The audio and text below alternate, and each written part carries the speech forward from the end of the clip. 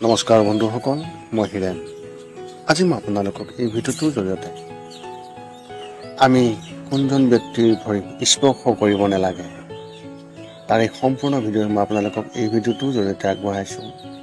প্ৰথমে মোৰ চেনেলটো আপোনালোকে ছাবস্ক্ৰাইব কৰি ল'ব, যাতে মোৰ পিছৰ ভিডিঅ'বিলাক আপোনালোকে সহজে লাভ কৰিব পাৰে।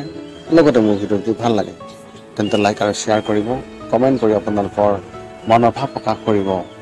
এতিয়া মূল বিষয়লৈ। আজি এই ভিডিঅ'টোৰ উদ্দেশ্য আপোনালোকে নিশ্চয় গম পাইছে যে আমি কোনজন ব্যক্তিৰ ভৰিত স্পৰ্শ কৰিব নালাগে। জানো আহকচোন এই ভিডিঅ'টোৰ জৰিয়তে সেই ব্যক্তিকেইজনো কোন আৰু কি কাৰণত আমি তেওঁলোকৰ ভৰি স্পৰ্শ কৰিব নালাগে। হিন্দু ধৰ্মত প্ৰাচীন সিদ্ধ আৰু গুৰুসকলৰ ভৰি স্পৰ্শ কৰা পৰম্পৰা আৰম্ভণিৰ পৰা চলি আহিছে। ইয়াৰ জৰিয়তে আমি তেওঁলোকৰ প্ৰতি শ্ৰদ্ধা আৰু কৃতজ্ঞতা জ্ঞাপন কৰোঁ। আনহাতে সন্মুখৰ ব্যক্তিজনে আমাক তেওঁলোকৰ আশীৰ্বাদ দিয়ে। যদিও এই পৰম্পৰা অতি প্ৰশংসনীয়, সকলো ৰীতি নীতি নিয়ম অনুসৰণ কৰাটো অতি গুৰুত্বপূৰ্ণ। কিন্তু আমি এটা কথা মনত ৰখা অত্যন্ত প্ৰয়োজন যে আমি কাৰ ভৰিত স্পৰ্শ কৰিব নালাগে সেই বিষয়ে জনাটো অত্যন্ত প্ৰয়োজন। কিছুমান জ্ঞান এই বিষয়ে থকাটো অত্যন্ত প্ৰয়োজন, কিয়নো কেৱল পৰিয়ালৰ সদস্যই আমাক ইয়াৰ বিষয়ে ক'ব বা আমি ইয়াক আমাৰ চাৰিওফালে আমি তাকেই দেখি আহিছোঁ। তথাপিও কিছুমান সম্পৰ্ক বা নিয়ম আছে যিবোৰ বিষয়ে সাধাৰণতে বহু ব্যক্তিয়ে এতিয়াও নাজানে বা আমাক অৱগত নকৰে। এনে পৰিস্থিতিত আপুনি কাৰ ভৰি স্পৰ্শ কৰিব নালাগে আৰু আপুনি কাক স্পৰ্শ কৰিব লাগে এই বিষয়ে সম্পূৰ্ণ তথ্য এই ভিডিঅ'টোৰ জৰিয়তে আগবঢ়াইছোঁ আৰু আপোনালোকে জনাটো অত্যন্ত প্ৰয়োজন। গতিকে এই বিষয়ে বিতংভাৱে আপোনালোকে জানি লওক এই ভিডিঅ'টোৰ জৰিয়তে। আমি কাৰ ভৰিত স্পৰ্শ কৰিব নালাগে। শাস্ত্ৰ অনুসৰি বহু সময়ত দেখা যায় যে আমি পৰম্পৰা অনুসৰণ কৰোঁ, কিন্তু তেওঁলোকৰ সঠিক নিয়মবোৰ নাজানো আৰু ভুল কৰোঁ। এনে পৰিস্থিতিত সেই পৰম্পৰাৰ পৰা লাভান্বিত হোৱাৰ পৰিৱৰ্তে লোকচান আমি ভুগিবলগীয়া হয়। এনে পৰিস্থিতিত ভৰি স্পৰ্শ কৰি বা ভৰি স্পৰ্শ কৰিও কিছুমান নিয়ম প্ৰস্তুত কৰা হৈছে। সেইবাবে সেইবোৰৰ বিষয়ে জ্ঞান লোৱাটো আপোনাৰ বাবে অতি গুৰুত্বপূৰ্ণ হৈ পৰিছে। সৰ্বপ্ৰথমে শাস্ত্ৰ অনুসৰি আমি কাৰো ভৰি স্পৰ্শ কৰা উচিত নহয়। ইয়াৰ বিষয়ে আলোচনা কৰা অত্যন্ত প্ৰয়োজন। একে সময়তে আপুনি ইয়াৰ সৈতে সম্পৰ্কিত কাৰণবোৰো বিশেষভাৱে জানিব লাগিব আৰু আপোনাক আমি এই ভিডিঅ'টোৰ জৰিয়তে আগবঢ়াইছোঁ যাতে আপুনি এই নিয়মবোৰ বিশেষ স্পষ্টতাৰে লাভ কৰিব পাৰে। গতিকে শাস্ত্ৰ অনুসৰি এজন ব্যক্তিৰ ভৰি স্পৰ্শ কৰাটো নিষিদ্ধ বুলি গণ্য কৰা হয়। কইনাসকলৰ বিষয়েও জনাটো অত্যন্ত প্ৰয়োজন। ভৰি স্পৰ্শ কৰা এই নিয়মৰ বিষয়ে সকলোৱে ভালদৰে অৱগত।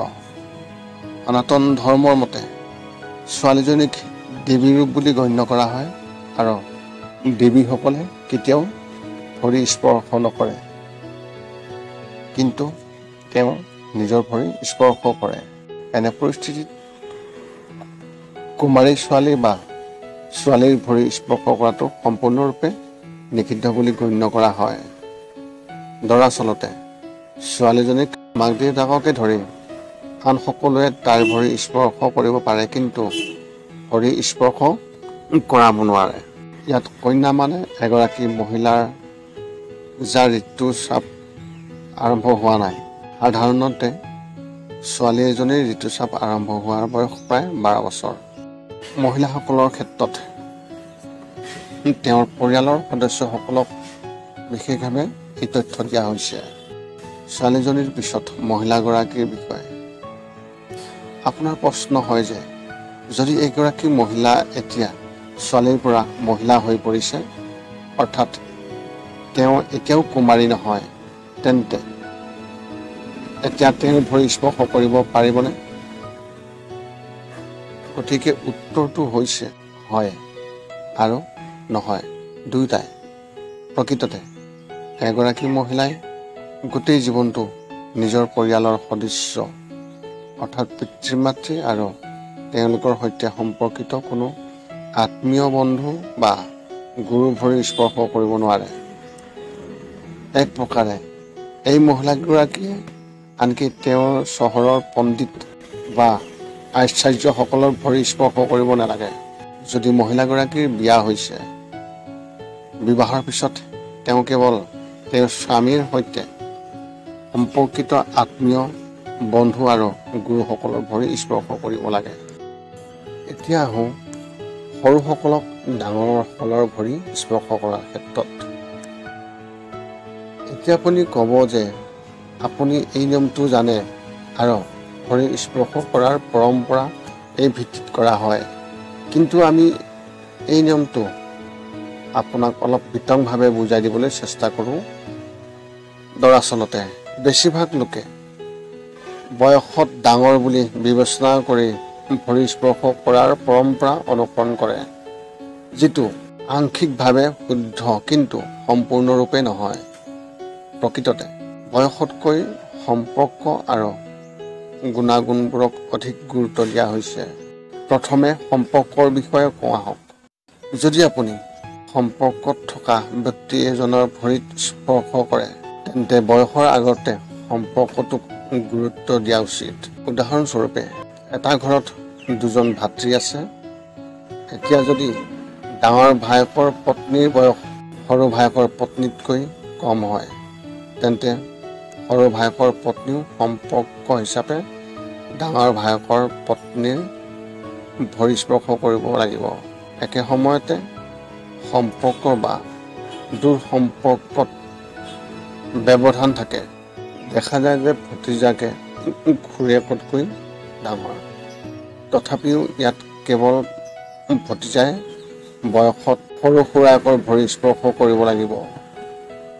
সৰু ভায়েকে ডাঙৰ ভায়েকৰ ভৰি স্পৰ্শ কৰা আদি সম্পৰ্কৰ পিছত বয়সক গুৰুত্ব দিয়া হয়। একেদৰে য'ত কোনো সম্পৰ্ক নাই, গুণবোৰক বয়সতকৈ অধিক মূল্য দিয়া হয়। উদাহৰণস্বৰূপে, আনকি এজন ডেকা পণ্ডিতেও সকলো লোকৰ ভৰি স্পৰ্শ কৰিব লাগিব। এতিয়া স্বামী স্ত্ৰীৰ মাজত এইটো সনাতন ধৰ্মৰ এটা পৰম্পৰা যে এগৰাকী পত্নীয়ে তেওঁৰ স্বামীৰ ভৰি স্পৰ্শ কৰিব লাগিব। ই ঘৰত সুখ আৰু শান্তি ৰাখে আৰু সমৃদ্ধি আনি দিয়ে। এতিয়া আজিৰ সময়ত য'ত মহিলা সক্ৰিয়কৰণৰ কথা কোৱা হৈছে, কিছুমান লোকে ক'বলৈ আৰম্ভ কৰিছে যে স্বামীও পত্নীৰ ভৰি স্পৰ্শ কৰিব লাগে।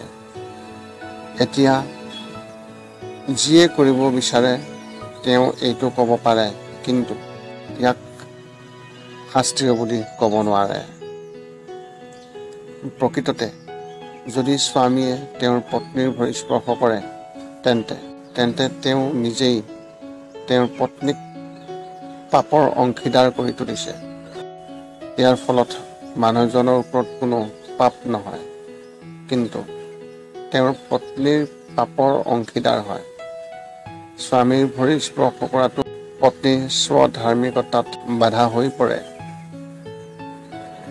ই ঘৰৰ বিভেদ বৃদ্ধি কৰে আৰু পত্নীৰ স্বামীৰ ধৰ্মও অশুদ্ধ হৈ পৰে। এতিয়া সন্ন্যাসী গুৰুৰ বাহিৰে কাক পাৰি আৰু কাক নোৱাৰি? সন্ন্যাসী বা সন্ন্যাস গ্ৰহণ কৰা ব্যক্তি এজনে অৰ্থাৎ যিজনে মায়ামোহ ত্যাগ কৰে, তেওঁ মাক দেউতাককো ধৰি কোনো আত্মীয় বা আন ব্যক্তিৰ ভৰি স্পৰ্শ কৰিব নালাগে। ইয়াত কিছুমান লোকে হয়তো সন্ন্যাস গ্ৰহণ কৰি বিয়া নকৰা বুজাইছে, কিন্তু এনে নহয়। বিয়া নকৰা ব্যক্তি এজনে ব্ৰহ্মচৰ্য অনুসৰণ কৰে বুলি কোৱা হয়। আনহাতে সন্ন্যাসী হৈছে এনে এজন ব্যক্তি যি সকলো ধৰণৰ প্ৰেম, সম্পৰ্ক আৰু সাংসাৰিক বন্ধন ত্যাগ কৰে। এনে পৰিস্থিতিত সন্ন্যাসীয়ে কাৰো ভৰি স্পৰ্শ কৰিব নালাগে। অৱশ্যে তেওঁ তেওঁৰ গুৰু বা ধৰ্মীয় উচ্চ পদবীত অধিষ্ঠিত ব্যক্তি এজনৰ ভৰি স্পৰ্শ কৰিব পাৰে। ইয়াৰ উপৰিও যদি আমি বিচাৰোঁ, আমি সেই সংস্কাৰ ভৰি স্পৰ্শ কৰিব পাৰোঁ। এতিয়া শুই থকা ব্যক্তিজনৰ ভৰি স্পৰ্শ কৰাৰ ক্ষেত্ৰত বহু সময়ত চিনেমা আদিত দেখা যায় যে বা দেখুওৱা হয় যে আমি ঘৰৰ পৰা ওলাই যাওঁতে শুই থকা পিতৃ মাতৃ বা আন কোনো ব্যক্তিৰ ভৰি স্পৰ্শ কৰোঁ, বা যদি এজন ব্যক্তি অসুস্থ হয় বা বিচনাত পৰি আছে তেন্তে তেওঁক বিচলিত নকৰিবলৈ চিন্তা কৰোঁ। তেওঁ শুই থাকোঁতে ভৰি স্পৰ্শ কৰোঁ। যদি আপুনি এনে কৰে, আজিৰ পৰা ইয়াক বন্ধ কৰক। শাস্ত্ৰত লিখা আছে যে যদি শুই থকা বা মিছা কোৱা ব্যক্তি এজনৰ ভৰি স্পৰ্শ কৰা হয় তেন্তে ই সেই ব্যক্তিজনৰ জীৱনকাল হ্ৰাস কৰে। যিকোনো ব্যক্তিয়ে থিয় হৈ বা বহি ভৰি স্পৰ্শ কৰিব লাগে। কোৱা হয় যে মৃত ব্যক্তিৰ ভৰিহে এনেদৰে স্পৰ্শ কৰা হয়। এতিয়া নেতিবাচক আৰু দূষিত ব্যক্তিৰ ভৰি স্পৰ্শ কৰাৰ ক্ষেত্ৰত যিজন ব্যক্তি ভুল কামত জড়িত বা এনে কাম কৰিছে বা সদায় নেতিবাচকতাৰে পৰিপূৰ্ণ বা ভুল কাম কৰে, কেতিয়াও সেই ব্যক্তিজনৰ ভৰি স্পৰ্শ কৰিব নালাগে। উদাহৰণস্বৰূপে, এজন ব্যক্তিয়ে তেওঁৰ শাস্তি সম্পূৰ্ণ কৰিলেও হত্যা, ধৰ্ষণৰ দৰে জঘন্য কাৰ্য কৰিছে, কিন্তু এতিয়া তেওঁ গোটেই জীৱন কাৰো ভৰি স্পৰ্শ কৰাৰ যোগ্য নহয়। আনহাতে যদি এজন ব্যক্তি সুৰাপান কৰি আহিছে তেন্তে সেই সময়ত তেওঁৰ ভৰি স্পৰ্শ কৰিব নালাগে। যদি এজন ব্যক্তিয়ে এগৰাকী মহিলাক বিক্ৰী কৰে, আনৰ ওপৰত অত্যাচাৰ কৰে, জুৱা খেলে বা এনে কোনো বেয়া কাম কৰে, তেন্তে ভাল কাম কৰা ব্যক্তিজনে সেই ব্যক্তিজনৰ ভৰি স্পৰ্শ কৰিব নালাগে। সেই দূষিত ব্যক্তিজনে আপোনাৰ চাৰিওফালৰ পৰিৱেশ দূষিত কৰে আৰু এনে কৰাৰ দ্বাৰা তেওঁৰ চিন্তাও আপোনাৰ মনলৈ আহিবলৈ আৰম্ভ কৰিব। এতিয়া শ্মশানলৈ যোৱা ব্যক্তি এজনৰ ভৰি স্পৰ্শ কৰাৰ ক্ষেত্ৰত ব্যক্তিজন যিয়েই নহওক আৰু তেওঁ যিমানেই সন্মানীয় নহওক, কিন্তু যদি তেওঁ শ্মশানৰ পৰা উভতি আহিছে তেন্তে তেওঁৰ ভৰি কেতিয়াও স্পৰ্শ কৰিব নালাগে। আপুনি আনকি তেওঁক স্পৰ্শ কৰাও উচিত নহয় বা তেওঁৰ অতি ওচৰলৈ যোৱাও উচিত নহয়। ধৰ্মত এটা নিয়ম আছে যে শ্মশানৰ পৰা ঘৰলৈ উভতি অহাৰ পিছত এজন ব্যক্তিয়ে প্ৰথমে গা ধুব লাগে আৰু তাৰপিছত ঘৰৰ যিকোনো বস্তু স্পৰ্শ কৰিব লাগে। এনে পৰিস্থিতিত তাৰ আগতে যদি আপুনি তেওঁৰ ভৰি স্পৰ্শ কৰাৰ কথা ভাবিছে, এই ক্ষেত্ৰত কোনো প্ৰশ্নই আহি নপৰে। এতিয়া অন্য এটা বিষয়লৈ, জনবিশ্বাস অনুসৰি আপুনি কাৰ ভৰি স্পৰ্শ কৰিব নালাগে। এতিয়া ওপৰত আমি আপোনাক শাস্ত্ৰ অনুসৰি কোনজন ব্যক্তিয়ে কাৰ ভৰি স্পৰ্শ কৰিব নালাগে সেই বিষয়ে সম্পূৰ্ণ তথ্য আগবঢ়াইছোঁ। কিন্তু ভাৰত কেৱল শাস্ত্ৰ অনুসৰিও নহয়, সমাজ, অঞ্চল বা গোটৰ বিশ্বাস অনুসৰিও বিশেষভাৱে কিছুমান নিয়ম চলি আহিছে। এনে পৰিস্থিতিত বিভিন্ন সমাজ, গোত্ৰ আৰু অঞ্চলৰ বিশ্বাস অনুসৰি কোন ব্যক্তিক কাৰ ভৰি স্পৰ্শ কৰিবলৈ নিষেধ কৰা হৈছে সেই বিষয়েও আপুনি এই ভিডিঅ'টোৰ জৰিয়তে জানি লওক। সৰ্বপ্ৰথম, মন্দিৰলৈ যাওঁতে আপুনি মন্দিৰত কোনজন ব্যক্তিৰ ভৰি স্পৰ্শ কৰিব নালাগে। বহু ঠাইত মানুহে বিশ্বাস কৰে যে আমি মন্দিৰত কাৰো ভৰি স্পৰ্শ কৰা উচিত নহয়। এতিয়া প্ৰশ্ন আহে, যেতিয়া আমি মন্দিৰলৈ যাওঁ, আমি তাত আমাৰ পৰিচিতসকলক লগ পাওঁ, তাৰপিছত আমি তেওঁলোকৰ ভৰি স্পৰ্শও কৰোঁ, কিন্তু এনে হোৱা উচিত নহয়। প্ৰকৃততে এইটো বিশ্বাস কৰা হয় যে মন্দিৰতকৈ ডাঙৰ আৰু শ্ৰদ্ধাৰ স্থান হৈছে ঈশ্বৰ। এনে পৰিস্থিতিত সকলোৱে তেওঁলোকৰ সন্মুখত সন্মান আৰু কোনেও সৰু বা ডাঙৰ নহয়। তেওঁলোকৰ সন্মুখত সকলো সমান আৰু কোনেও সৰু বা ডাঙৰ নহয়। সেইকাৰণেই মন্দিৰৰ বহু ঠাইত ভৰি স্পৰ্শ কৰাটো নিষিদ্ধ আছে। এতিয়া আহোঁ ভাগিনীয়েকে মোমাইক আৰু মামীয়েকৰ ভৰি স্পৰ্শ কৰাৰ ক্ষেত্ৰত। বহুতো সমাজ বা জাতিত বিশ্বাস কৰা হয় যে